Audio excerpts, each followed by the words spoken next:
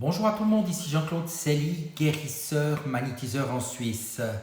Les Romans, les Suisses et les Français notamment font de plus en plus confiance aux guérisseurs, mais qu'en est-il? Mais tout d'abord, êtes-vous bien abonné à ma chaîne YouTube car cela me permet réellement d'avancer. Merci aussi de partager et de liker cette vidéo. Et sous cette dernière, vous trouverez notamment des liens utiles comme mon site internet ainsi qu'un numéro de téléphone pour me contacter. Les guérisseurs font parfois des miracles. Qu'en est-il? Leurs pouvoirs sont mystérieux malgré tout. Les guérisseurs, les rebouteux et autres faiseurs de secrets romans sont très sollicités. Ce savoir-faire ancestral a été remis au goût du jour ces dernières années, comme le confirme l'ethnologue fribourgeoise Magali Yenny. Dans le contexte actuel orienté vers le bio, on évite la chimie pour favoriser le naturel et vraiment ce retour aux sources touche aussi le domaine des soins. Les guérisseurs proposent en outre une prise en compte holistique de la maladie, ne traitant pas un symptôme, mais une personne dans sa globalité. À cela s'ajoute un besoin d'écoute, de dialogue et de participation à sa propre guérison qui fait parfois défaut chez les médecins. La tolérance des médecins est nettement plus grande qu'à l'époque, il faut l'avouer, même s'il ne faut pas oublier que des listes circulent depuis toujours dans les hôpitaux. En revanche, quand il s'agit de faire venir un magnétiseur, par exemple, ce n'est pas toujours bien accepté.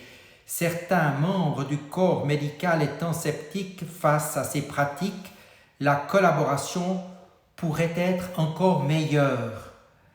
Un ancien médecin cadre au groupe de recherche et d'enseignement sur les médecines complémentaires et intégratives du CHUV le concède. Si ces pratiques restent courantes dans les hôpitaux, je n'ai toutefois pas l'impression qu'on y fasse davantage appel ou qu'elles soient forcément mieux acceptées que par le passé. Leur aura dans les établissements médicaux dépend grandement des choix et de la personnalité des chefs de service, quand bien même on sait que ces techniques sont très appréciées par toute une frange de la population et que certains malades ou blessés y voient une possibilité de soins supplémentaires. Le problème, c'est qu'il manque toujours des données permettant de juger de leur efficacité. Voilà, c'est un peu le problème du domaine médical. Il faut juger, analyser. Et d'un autre côté, les risques d'effets secondaires me paraissent plus faibles qu'avec des médicaments classiques. Cela arrive souvent que les effets secondaires, justement, dans des thérapies complémentaires effectuées par des guérisseurs, soient bien moindres que lorsque l'on absorbe des médicaments naturellement. Qu'en est-il dans la culture des infirmières? Les infirmières, quant à elles, semblent particulièrement sensibles à ces techniques. Nos étudiantes y sont rapidement confrontées dans leur quotidien professionnel, raison pour laquelle nous évoquons ponctuellement le sujet dans nos divers programmes d'enseignement, note une maître d'enseignement et vice-doyenne de l'Institut de Haute École de la Santé, La Source, d'autant plus que de nombreuses infirmières ont pu constater leurs effets bénéfiques. Même si la formation se centre aujourd'hui davantage sur les connaissances scientifiques, ces techniques font partie de notre culture car les femmes soignantes, comme on nous appelait à l'époque, utilisaient des potions et avaient recours à ces pratiques.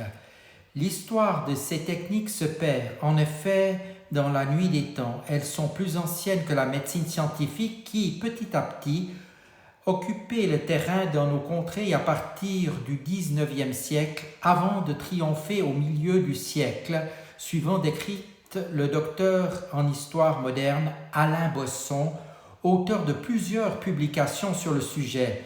La grande majorité de nos ancêtres cherchaient leur salut dans diverses pratiques qui vont dans l'automédication, des remèdes de grand-mère par exemple, aux pratiques religieuses, pèlerinages, prières, etc., en passant par les herboristes et bien entendu les guérisseurs détenteurs de secrets notamment.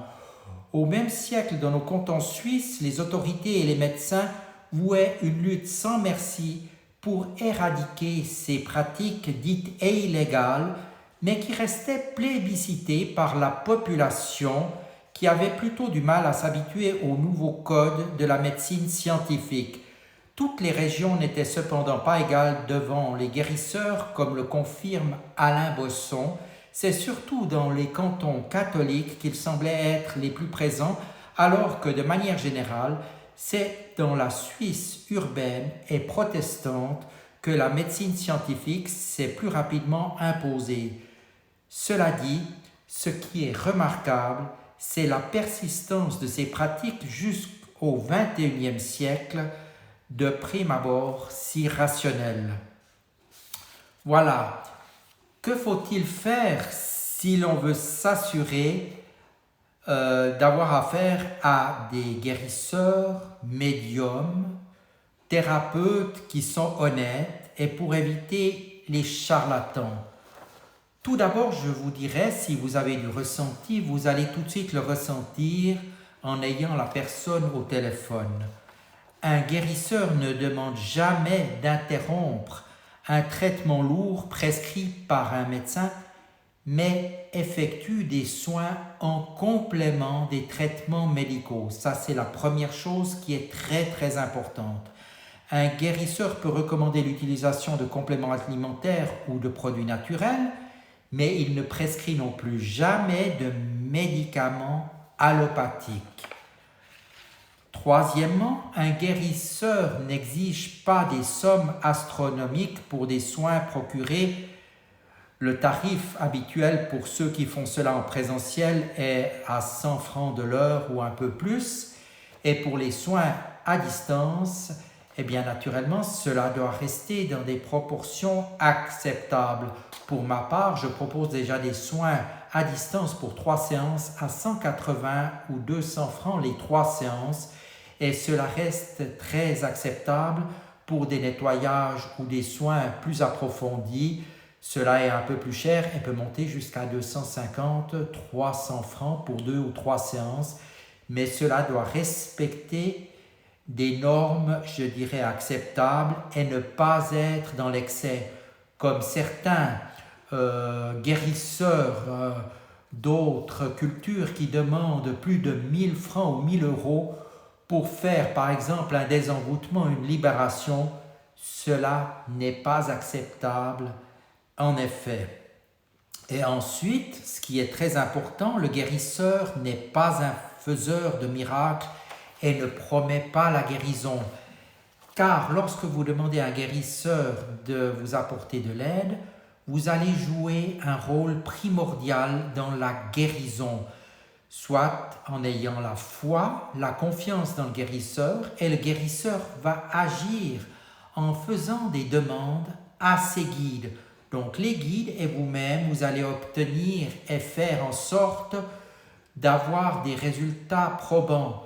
En fait, le guérisseur n'est qu'un intermédiaire et c'est pas lui en fait qui va à proprement parler vous guérir, mais il fera tout le nécessaire pour que toutes les choses se mettent en place en votre faveur.